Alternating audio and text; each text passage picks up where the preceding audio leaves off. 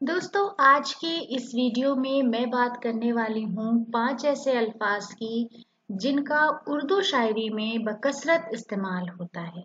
और वो 5 अल्फाज आपके सामने आपके स्क्रीन पर हैं। उन्स, नज़ाकत, जुस्तजू, कुर्बत और शिद्दत।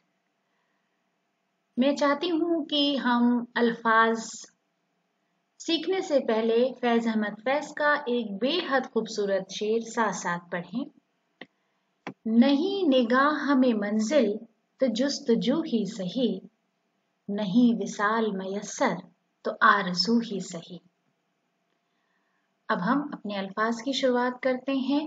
पहला लफ्ज है उन्स। बराए मेहरबानी इसको उनस ना पढ़ें ना बोलें, क्योंकि किसी भी जबान में तलफ़ुज़ का बहुत बड़ा रूल होता है। उन्स, उन्स का मतलब होता है स्नेह, अनुराग, लव, अफेक्शन। फिर है नज़ाकत। नज़ाकत का मतलब है मृदुलता, जिसे हम शालीनता भी बोल सकते हैं, डेलिकेसी जिसे हम अंग्रेजी में बोलते हैं।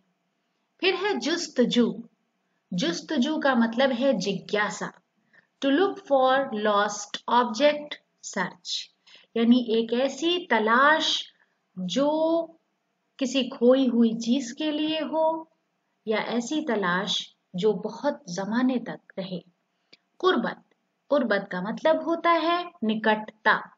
कुर्बत, निकटता, नियरनेस। शिद्दत, शिद्दत का मतलब होता है गहनता, तीव्रता, इंटेंसिटी।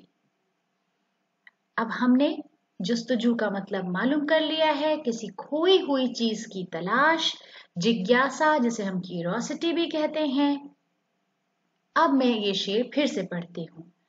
नहीं निगाह में मंजिल तो जुस्तजू ही सही।